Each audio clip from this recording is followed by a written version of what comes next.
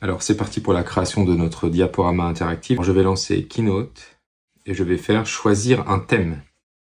Voilà, alors par défaut, moi je vous conseille de prendre le thème le plus simple, basique, blanc. Et vous vous retrouvez avec ce type de présentation. Alors première chose, regardez, si je lance le diaporama, eh bien j'ai une petite bande noire en haut et en bas. Pour sortir, il suffit de pincer. Donc je vais aller tout de suite dans les réglages ici. Et je vais aller dans Options de présentation et Configuration de la présentation. Et vous avez ici en bas les tailles. Et je vous conseille de le mettre, si vous voulez le mettre sur des iPads, en 4/3. Si c'est pour afficher après sur des écrans 16/9, eh bien effectivement, il vaut mieux choisir 16/9. Et si vous voulez avoir dans l'autre sens, 3/4. Voilà. Ouais, différentes possibilités, mais quand c'est pour iPad, plutôt dans ce sens-là. Et ensuite, je valide OK. Ici, vous pouvez changer le nom en faisant renommer. Et je vais l'appeler Keynote interactive de A à Z.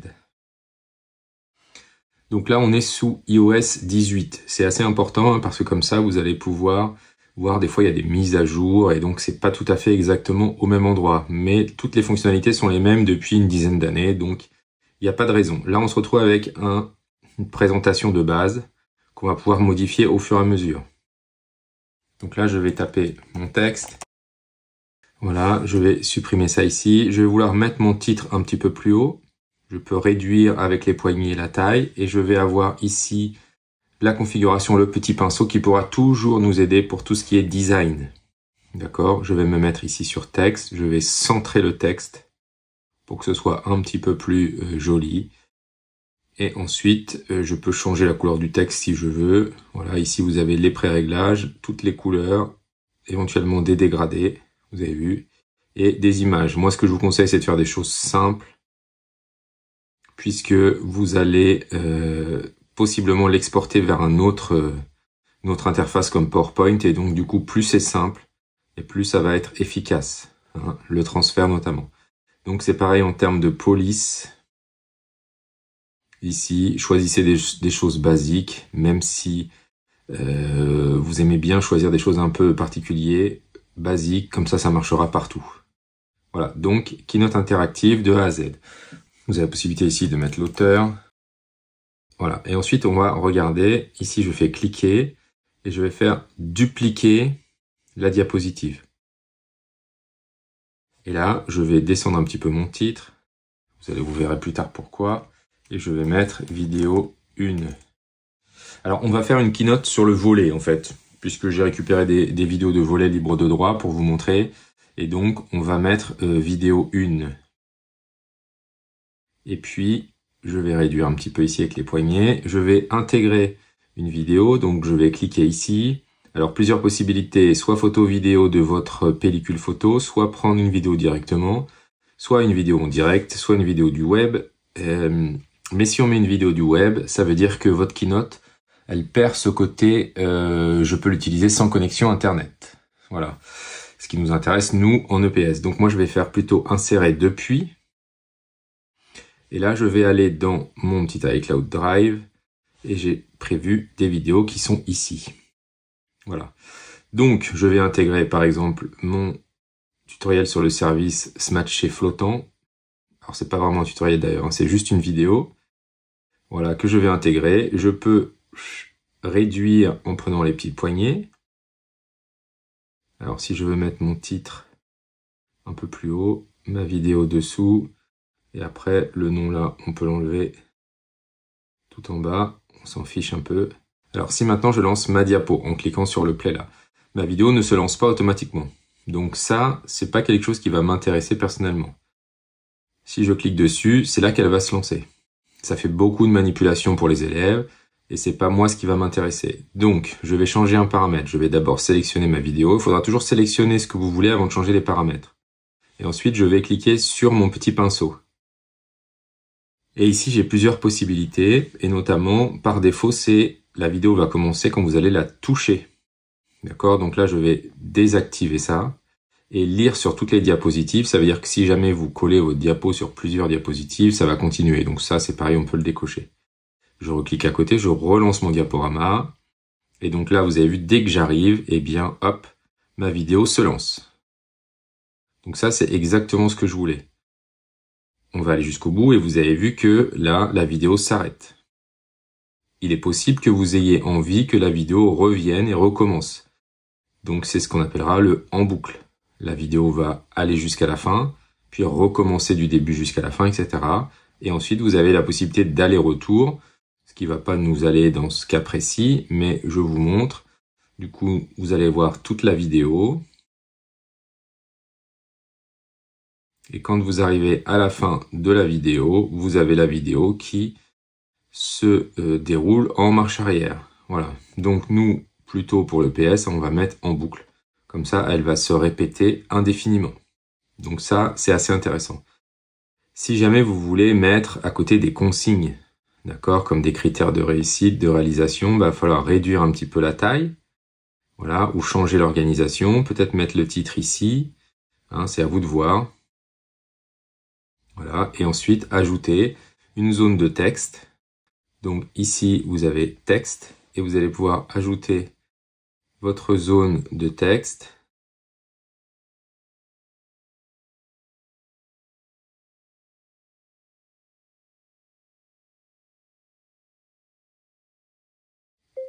Critères de réalisation.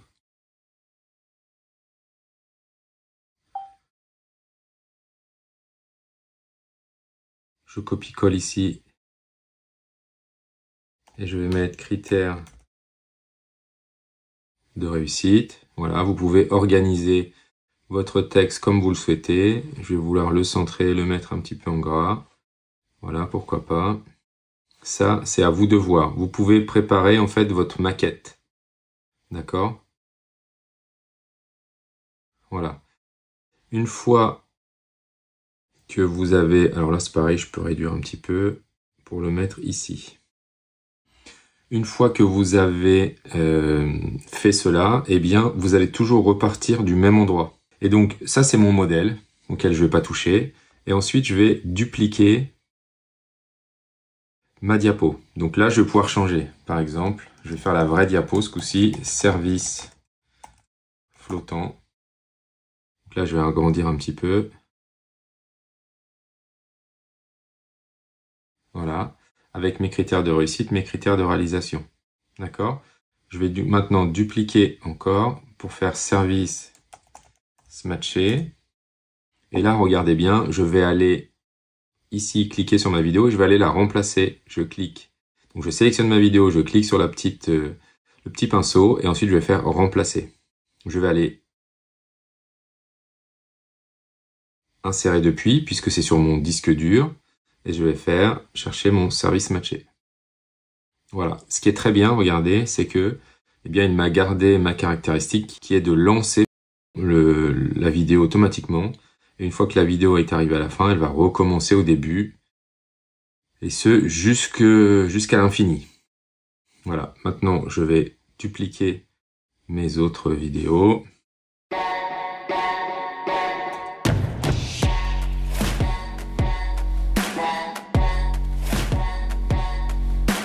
Donc je fais la même chose hein, et je vais vous accélérer un petit peu.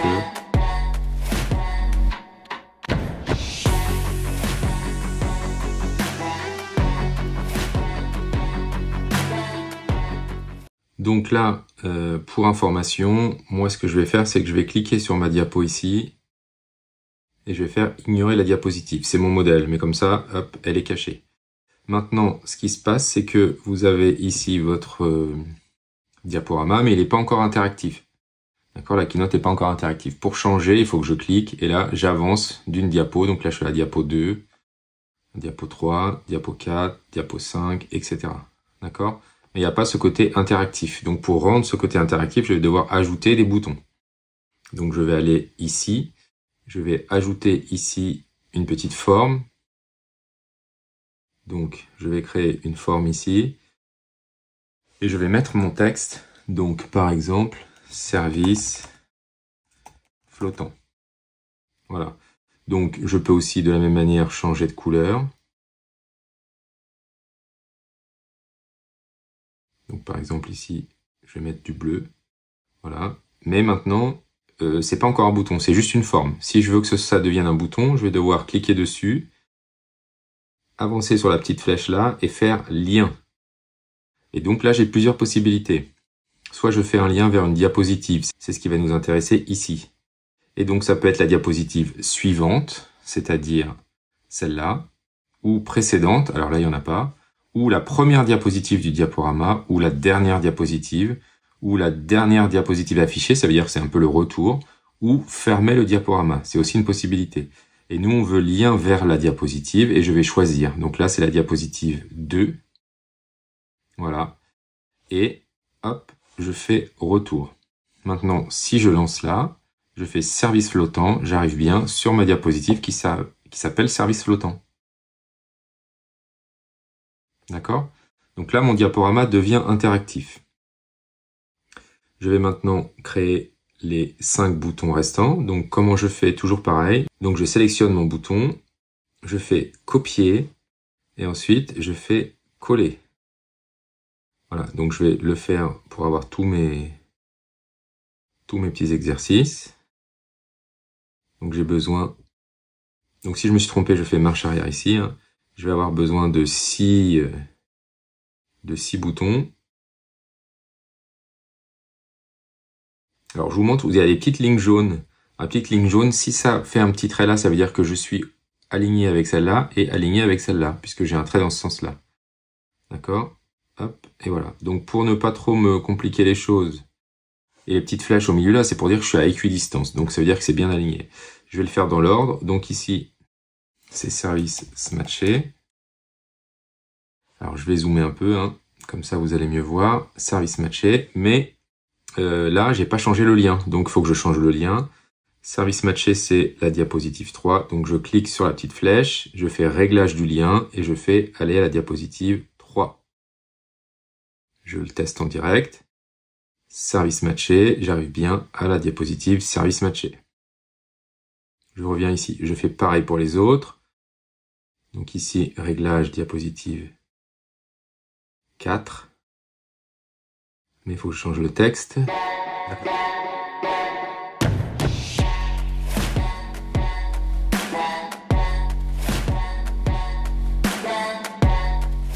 Donc là, ça y est, j'ai terminé. J'ai fait tous mes changements de texte pour mes boutons et tous mes liens. Voilà, donc par exemple, je fais ça, passe demi avant, et j'arrive bien sur passe en demi avant. Le problème, c'est que il me manque quelque chose dans mon interactivité puisque je ne peux pas revenir à la page d'accueil. Donc pour cela, je vais me mettre sur la première page et je vais ajouter ici un petit bouton. Donc je vais rechercher et je vais appeler ça maison. Donc moi, j'utilise toujours le même de manière à pas perdre les élèves. Hein, et à pas perdre les collègues aussi. Voilà, je vais le mettre ici en haut. Je vais changer la couleur pour rester dans notre configuration. Voilà. Et je vais ajouter aussi un lien. Et je vais le mettre vers la première diapositive. Voilà, donc je vais tester. Je viens ici, service flottant. J'ai bien mon petit maison. Je reviens et j'arrive bien sur le menu où je peux ensuite naviguer ailleurs.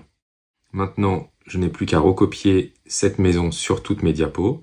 Donc je vais faire copier, je vais aller sur la diapo suivante, je vais faire coller. Il va me les mettre exactement au bon endroit. Donc ça permet de gagner du temps, hein, et de faire le changement comme ça. Il existe une autre possibilité pour aller encore un peu plus vite, si vraiment vous avez beaucoup de diapos, hein, qui est de faire modifier la disposition, ici. Et là, je vais coller ma maison. Donc, je l'ai d'abord copié, hein, mais je vais coller ma petite maison. Alors, je vais la mettre en bas pour que ce soit plus facile. Voilà. Je vais faire OK. Et du coup, vous avez vu, il m'a rajouté par défaut sur toutes les diapositives le menu de navigation ici en bas. Donc je regarde si ça fonctionne. Vous avez vu, ça fonctionne de la même manière. Alors comme c'est le même modèle hein, sur la diapositive, en fait c'est un modèle de diapositive, comme c'est le même sur la première, ça apparaîtra aussi ici. D'accord? Donc éventuellement on peut changer de modèle pour la première page. C'est pas forcément très grave, hein, mais vous avez la possibilité de gagner un petit peu de temps en faisant ainsi. Donc je vous remontre, je vais ici tout au bout, modifier la diapositive. Donc moi je vais le faire mais dans l'autre sens, je vais le remettre là.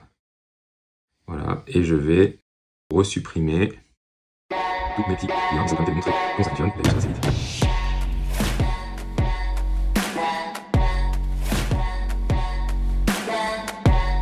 Et voilà, vous avez créé votre diaporama interactif avec un retour à la maison qui contient 6 pages et donc 6 diapositives.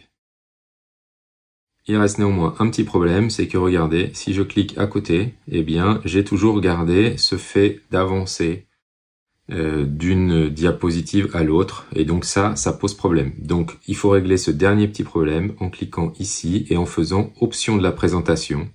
Et en fait, il faudra choisir type de présentation et dire que ça ne va fonctionner qu'avec des liens, donc liens uniquement. Et à partir de là, si je reviens ici et que je clique, voilà, si je ne clique pas sur un lien, il ne se passe rien du tout. Voilà, et maintenant il va falloir absolument que je clique sur un lien, donc là il n'y a pas de lien.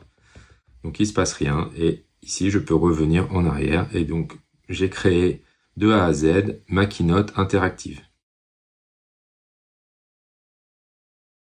Alors ça y est, c'est parti, on va créer notre keynote interactive de 0. Donc voilà ce qu'on va faire, on va faire une keynote interactive avec 7 pages, donc une page d'accueil, 6 boutons qui vont nous emmener vers ici service flottant, des critères de réalisation de réussite par exemple sur le côté, avec une vidéo qui se lance automatiquement et qui se joue en boucle. Un menu pour revenir au départ et ensuite je peux naviguer d'une diapositive à l'autre en ayant pensé à désactiver le fait que si je clique partout ailleurs que sur les liens de navigation, il ne se passe absolument rien. Je vais pour cela utiliser mes propres vidéos, mon propre texte et ma propre organisation. C'est une nouvelle organisation, un nouveau design que l'on n'a pas vu encore pendant la formation. Et donc, on va vous montrer comment faire ceci. Bien sûr, n'hésitez pas à nous laisser dans les commentaires de la vidéo ou de la formation toutes les questions que vous avez par rapport à ça.